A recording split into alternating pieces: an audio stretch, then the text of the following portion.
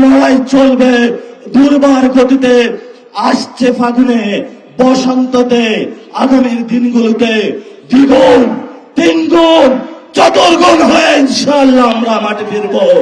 Petrol পাম্পের সামনে গিয়েছি, একজন পাঠা উবার চালক আমাকে বলছেন, আমি এই বাইক চালিয়ে হলো টাকা ইনকাম করে আমার সেই গ্রামে বাচ্চাকে পাঠিয়ে থাকি, সারাদিন সিরিয়াল ধরে থাকি। যখন পেট্রোল পাম্পের সামনে যাই বলা হয় যে তেল নাই, আবার সন্ধ্যায় সিরিয়াল ধরি, আবার বলে তেল নাই। তাহলে আমি সংসারটা চালাবো কিভাবে?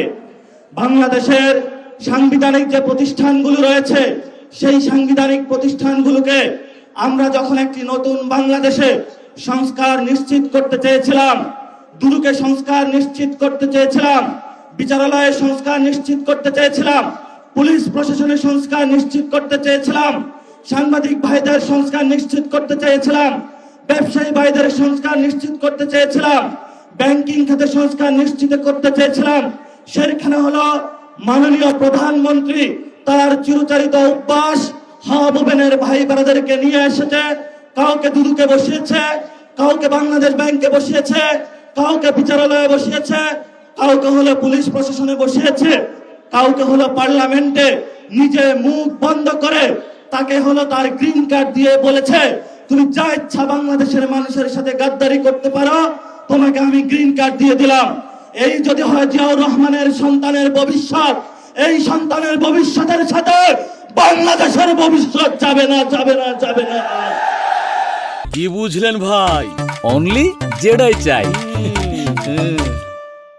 বাংলাদেশের ভবিষ্যৎ যাবে উসমান হাদির পথে, বাংলাদেশের শান্তির পথ যাবে আমাদের ৭১-এর শহীদদের পথে, বাংলাদেশের ভবিষ্যৎ যাবে ২৪-এর গণ অভ্যুত্থানের শহীদদের পথে।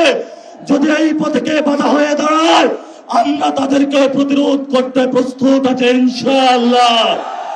আমরা সেই দিন শাহবাগে দাঁড়িয়েছিলাম, সরকারকে আলটিমেট দিয়েছিলাম, আমরা কালকে কাউরান বাজার যাচ্ছি, এর পরের দিন ফার্মগেট যাচ্ছি, এর পরের দিন গণভবন যাচ্ছি। সরকার কর্ণপাত করে নাই। আজকে আমরা পল্টন মোড়ে দাঁড়িয়েছি। আপনাদের জানাশোনা থাকার কথা, ইলেকশনের পরে আমাদের 11 দলীয় জোটের প্রথম প্রোগ্রাম বাইতুল মোকাররমে হয়েছিল।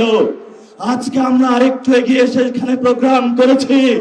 ইনশাআল্লাহ আমাদের এই মিছিল যদি সরকার সঠিক পথে না আসে, জনগণের গণভোটের রায় বাস্তবায়ন না করে, সংস্কার প্রক্রিয়া বাস্তবায়ন না করে, জনগণের অধিকার নিশ্চিত না করে, দ্রব্যমূল্যের দাম না কমায়, জ্বালানি সংকটের নিরসন না করে, এবং বিচারালয় থেকে শুরু করে সকল যে জায়গায় সরকার গুন্ডা সন্ত্রাসী হাওয়াবনের লোক বসিয়েছে, গণতান্ত্রিক প্রক্রিয়ায় সরকারের সেই প্রতিষ্ঠানগুলোকে জনকাছের কাছে যদি ন্যস্ত না করা হয়, আমাদের এই মিছিল পরবর্তীতে কাকরাইল যাবে।